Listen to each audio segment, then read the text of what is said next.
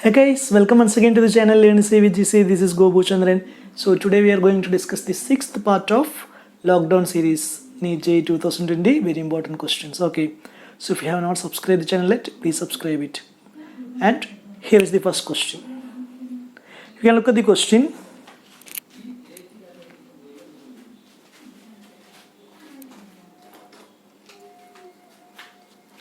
So the question says it is based on fluid statics, okay, hydrostatics.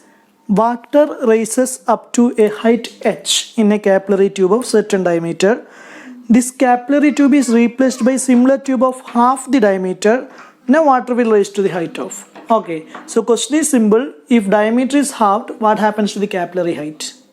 If the diameter of tube is halved, what happens to the height of water rising? That is the question.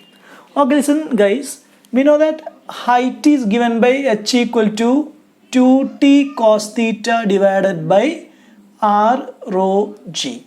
Well, t is the surface tension, theta is angle of contact, r means the radius of the tube, rho means the density of liquid, and g is acceleration due to gravity. And clearly height of h means capillary height, okay, capillary rise. Clearly it is inversely proportional to radius or diameter. So since it is inversely proportional, if radius become halved, if radius or diameter, whatever, if radius or diameter when it is halved, what happens to height? It will be double. Height will be double. So you can look at the option C, 2h is the correct answer. Hope you got it. So we are moving to the next question.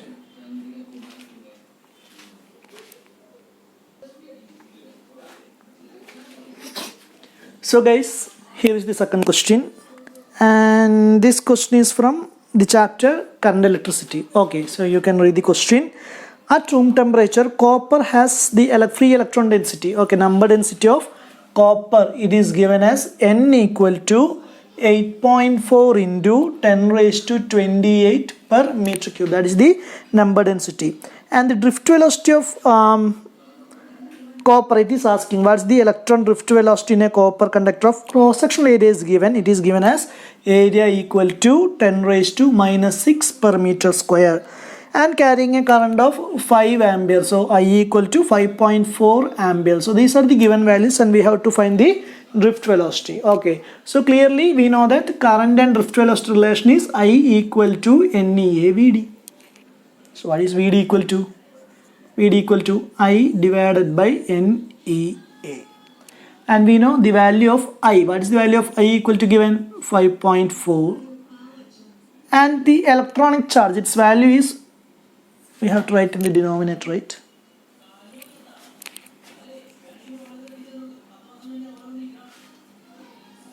N, what is N given? 8.4 into 10 raised to 28. And what is E equal to? We know that E equal to 1.6 into 10 power minus 19. Okay, into area. Area is directly given as 10 raised to minus 6. Okay. So 1.6, 5.4. Will it cancel?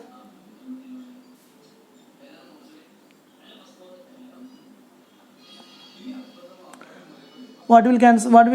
How it will cancel? It will be 4 times 4. It will be 1. No.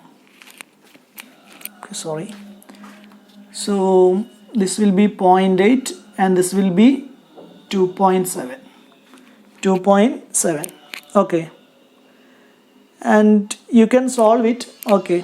You can solve it. You will get approximately 0.4 millimeter per second.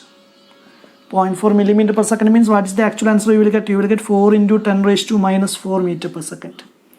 You will get 4 into 10 raised to minus 4 meter per second, which is 0.4 millimeter per second. Okay, I'm not doing the calculation. I hope you can do it. Okay. So we are moving to the next question.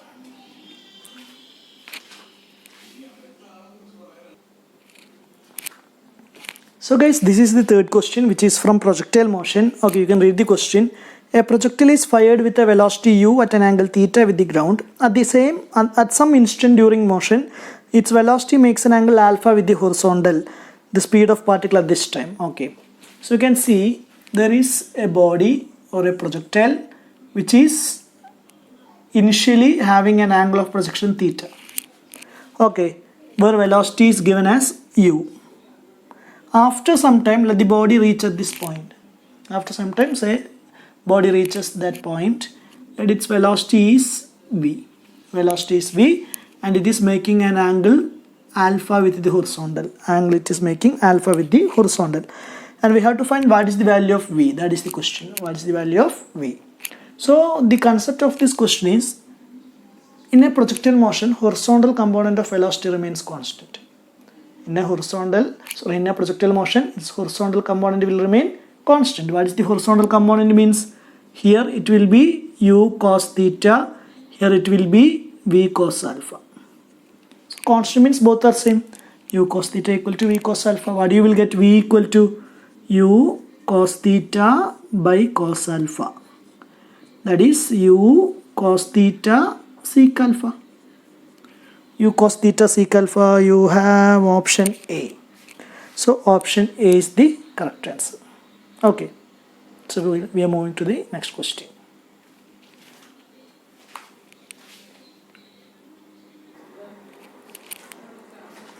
So here is the next question. A source of sound of frequency 600 Hz is placed inside water.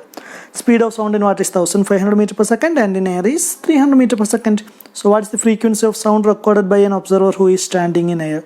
So the frequency of sound inside the water is 600. The question is simple. What is the frequency of sound in air? Okay. So when medium changes, you can see that velocity changes. Similarly, wavelength also changes. But remember that whether it is sound wave or electromagnetic wave, its frequency remains constant. It is independent of medium. Okay. So the answer will be 600 itself. Option D. You have to note that its frequency is independent of medium. Okay. Next question.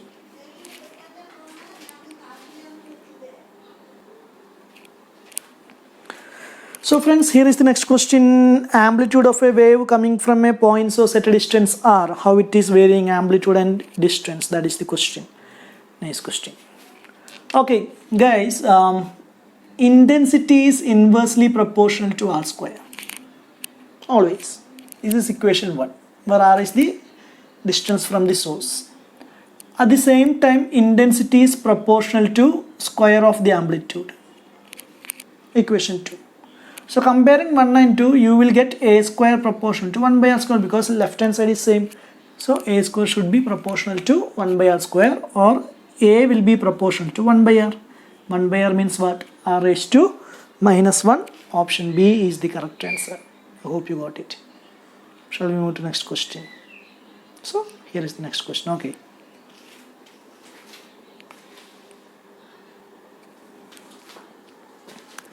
So here is the next question. In a nuclear reaction, alpha decay to daughter nuclei XAZ is moving with kinetic energy E. The total energy released if parent nuclei was at rest. Okay. Suppose initially there is a nuclei. So suppose this is the parent nuclei. It is split into 2. This nuclei split into 2. Okay. One is, the question says alpha decay. Alpha decay means one particle should be alpha. One particle should be alpha. So other particle should be, say, X. Okay. And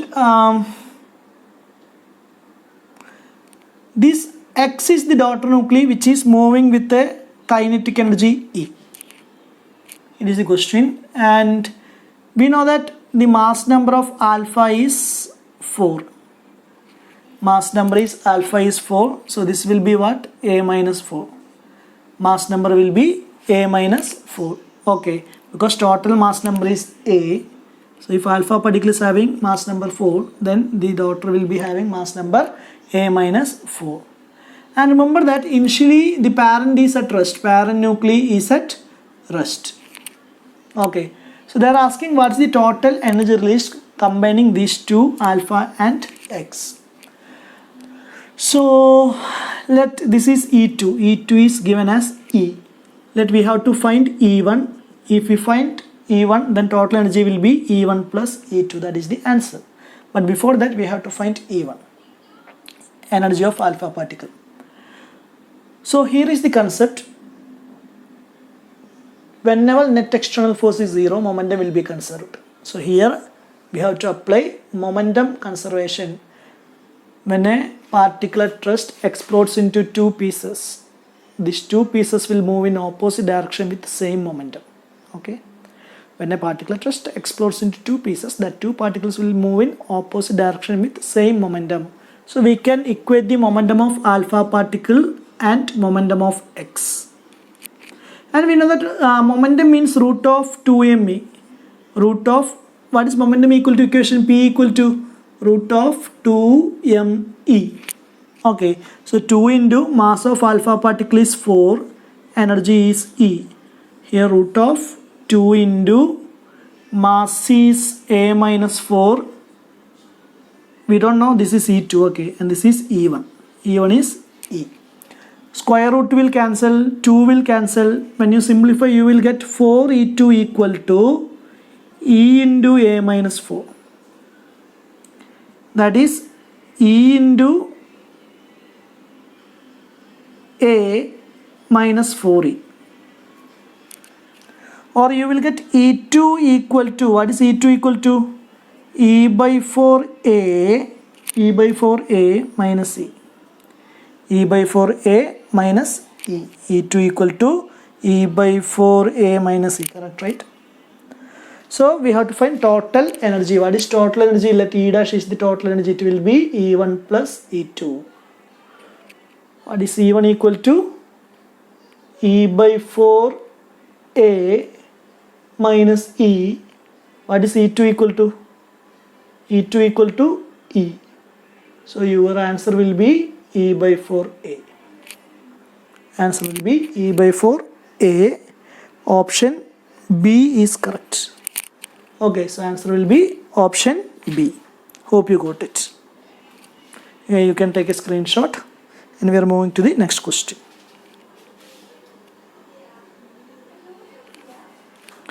Guys, I think I made a mistake here, because in the question they are given that daughter nuclei is having mass number A. This is not A minus 4, it is given as A. So that is the mistake. So here there will not be 4. There will not be 4. There will not be this term. There will not be this term. So there will not be. E2 can be written as, what is E2 equal to? E2 equal to E. Okay. So what is the answer? You can take E outside. E into A by 4 plus 1. E into 1 plus A by 4 is the correct answer. Okay, this is the answer. So not option B. See, even if we made a mistake, the option is given. So this is the correct answer, E into 1 plus A by 4. Okay, so I thought that mass of parent nucleus is given as A. That is what the mistake I did. It's actually given that daughter nucleus mass is given as A. So hope you got it. Answer is not B. Answer is option A. So take a screenshot.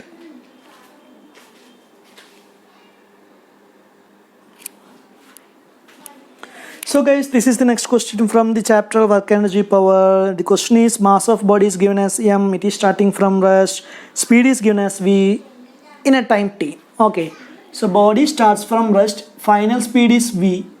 We know that v equal to u plus at. Okay, time t, speed is v, so v equal to u plus at, but it is starting from rest, u equal to 0. So what is v equal to? A into t, or a can be written as v by t, equation 1. Now the question is, after time t, after a time small t, what is the equation for power? That is the question. So definitely power means force into velocity. That is the equation, power. And force is written as mass into acceleration. Velocity can be written as v equal to a into capital T. Not capital T, small t. Because power is considering at time small t. Okay. So A into small t. You will get m into a square into small t. Now substitute what is a equal to. What is a equal to? V by capital T. So a square equal to v square by capital T square into small t. So that is the answer. M into v square small t divided by capital T square. Option, what is the option? M into v square into small t by capital T square. Option A again is the correct answer. Take a screenshot.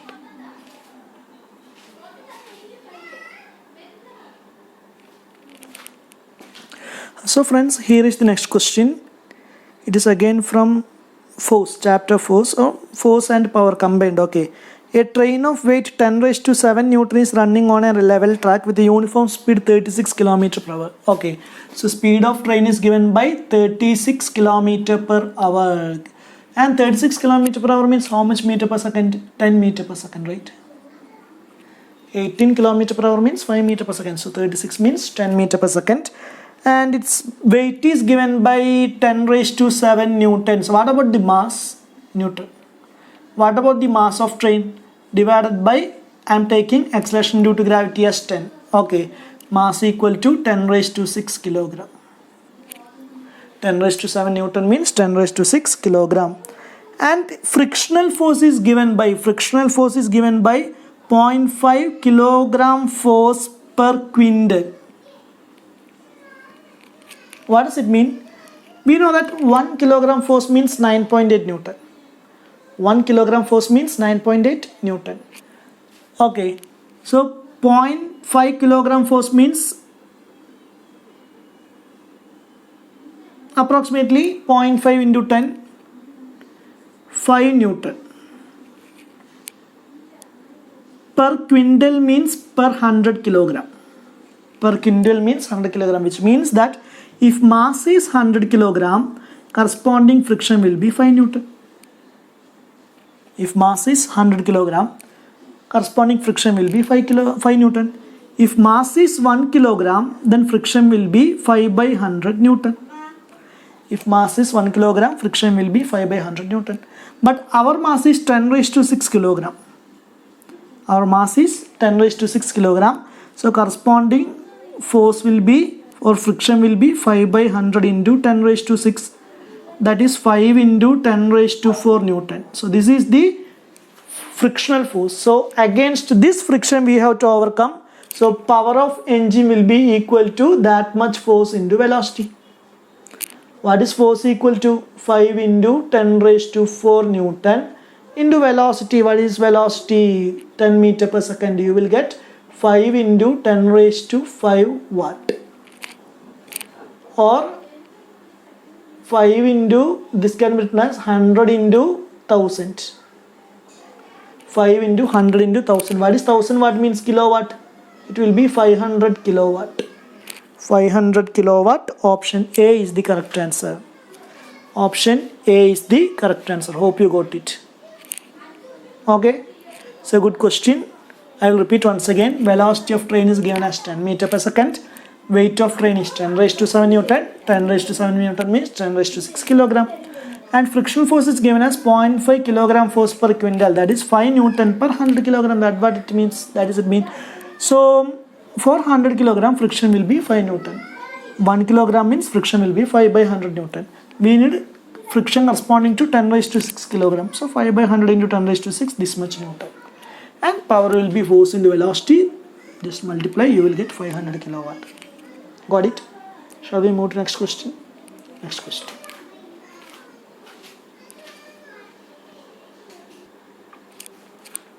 So friends, here is the very important question, and this question is from thermodynamics chapter.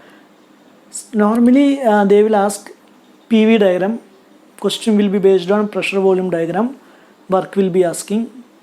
But in this case, volume temperature graph is given and we have to find the total work.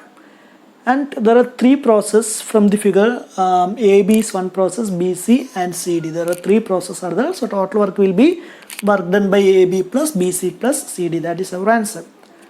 You can read the question and consider that temperature is given on x-axis, volume is given on y-axis. Volume is not given in meter cube, it is given in liter. So whatever, we need just an answer. Okay. So total work, first time considering process AB. See, volume temperature graph, if the AB is process straight line. Straight line means volume is directly proportional to temperature. It will possible only if pressure is constant. Pressure is constant means which process? Isobaric process. What is work done by isobaric process? P delta V or NR delta T. This is the work done by isobaric process. And number of moles, look at the question, it is given as 2 R. What is delta T? 750 minus 250. You will get 500 into 2000. This is the work done by process AB. Work done by process AB. Now you consider the process BC. What's the process BC? It is constant volume process. Constant volume process. Okay, isochoric. Constant volume means isochoric. Remember, work done by isochoric process is 0. Simple. Not over. Now consider the third process. Sorry. Consider the third process. What is the third process after BC? CD. CD means constant temperature, right? Isothermal. Constant temperature means isothermal process, and we know that work done by isothermal is nRT natural log V2 by V1. This is the equation for isothermal process, nRT. This is CD. You will get N is to R. What is R equal to? You can take it as R. Constant temperature of 1000 into natural log V2 by V1, final 20 by 15. Correct? That is 2000 R natural log 4 by 3. Now total work will be work done by AB, work done by BC, work done by CD. That is 1000 R, this will be 0, plus 2000 R natural log 4 by 3. Look at the option. Okay. Option, okay, 2000. You can take 2000 outside. If you take 2000 outside and R also outside. If you take 2000 R outside. Here it will be 1 by 2 and here it will be natural log 4 by 3. Okay, so this will be the answer. 2000 R into 1 by 2 plus natural log 4 by 3. Again option A. So answer is option A. Take a screenshot, okay.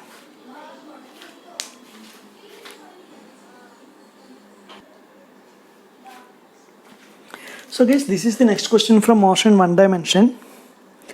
Water drops fall at regular intervals, okay, equal time interval from a tap of height 5 meters above the ground.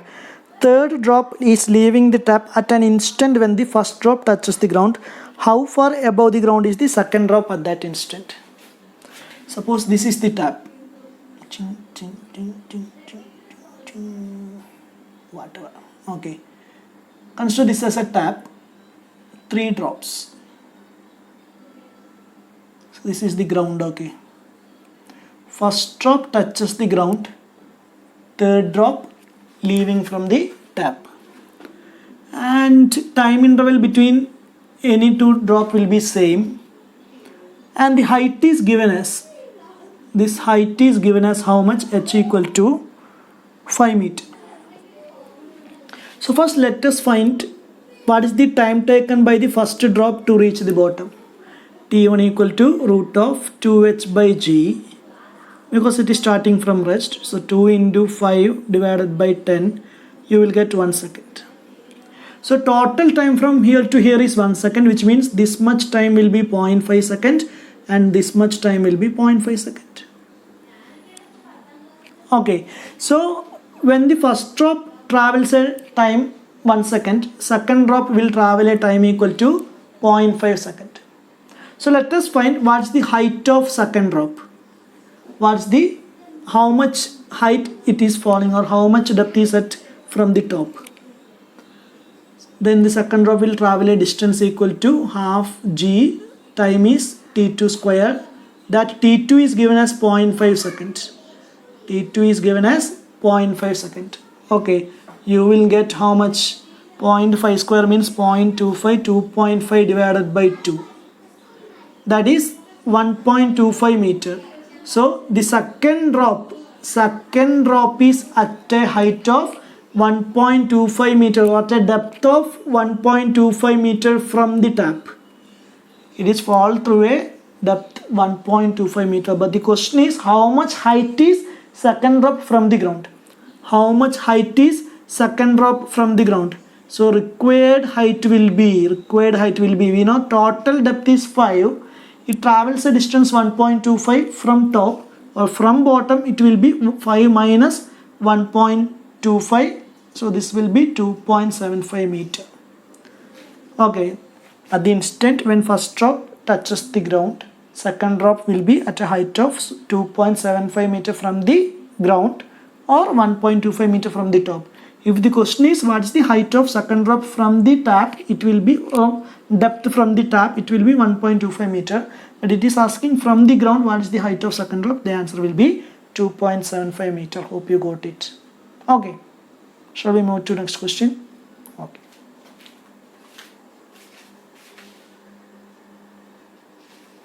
I'm sorry, the answer will be not 2.75, it will be 3.75. Okay, this is my mistake again. Answer will be 5 minus 1.25 is 3.75. Option C is the correct answer. Okay, next question.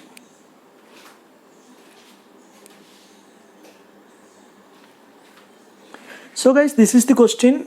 Relative error in the determination of surface area of sphere is alpha. What is the relative error in the determination of its volume? That is the question. We know that relative error of area, delta A by A, that is given as alpha. They are asking what is delta V by V.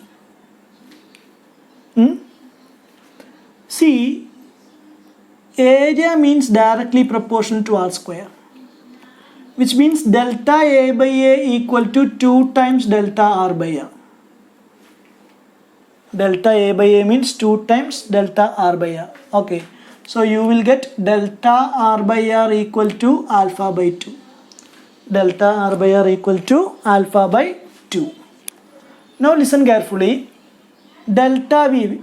V means proportional to R cube. Sphere volume directly proportional to volume proportional to R cube. So here power is 3. Delta V by V means 3 into delta R by R.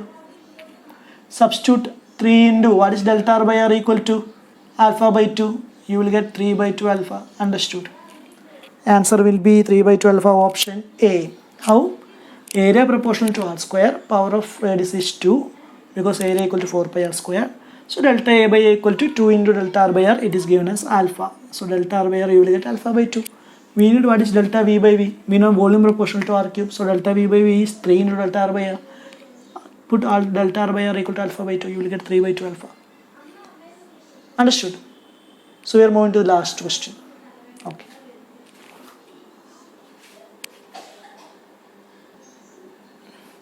So guys, this is the last question, which is from the chapter current electricity. Question is based on to find effective resistance, and the question is a wire of resistance 36 ohm is bent in the form of circle as shown in figure.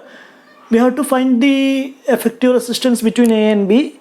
So there are two sectors, two parts. One is the smaller arc resistance, say R1, and another is the bigger arc, say resistance R2.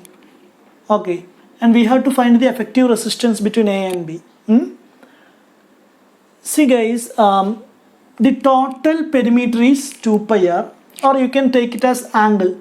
We know that if O is the center, total angle of the circle is how much? 360 degree. Okay, see, resistance will be proportional to total length, or 2 pi r, which in turn proportional to angle. Okay, because L equal to r theta, radius is same, length is proportional to theta. So clearly resistance also proportional to theta. So as theta increases, length increases, resistance increases. Okay. Total resistance, actual resistance is given as how much? Actual resistance. It is given as 36 ohm. This is the actual resistance of the wire. This equivalent to a total length. What is total angle? 360 degree. we know that total angle of a circle is 360 degree. So 360 degree corresponding to 36 ohm. Now question is simple. What about 30 degree corresponding to? 360 corresponding to 36. So 30 degree corresponding to 3 ohm. Take the proportionality. What about the remaining angle? Remaining angle is 330 degree, right? Total 360. One angle is 30 means the other angle will be 330. Sum will be 360. So 30 degree having resistance 3 ohm. 330 will be having 33 ohm. So this is R1, this is R2. Both are at the same endpoint. Same endpoint means R1 parallel to R2. So R1 parallel to R2 means what is equivalent resistance? R1 into R2 by R1 plus R2. That is 3 into 33 by 3 plus 33. You will get 33 divided by 12. That will be 2.75, right? Yes. 2.75 ohm. Option A is the correct answer. Got it? So this is the shortcut actually. I hope you got it. So that's all today's session. So part 7 I will come soon. Stay home, stay safe, all the best. Bye.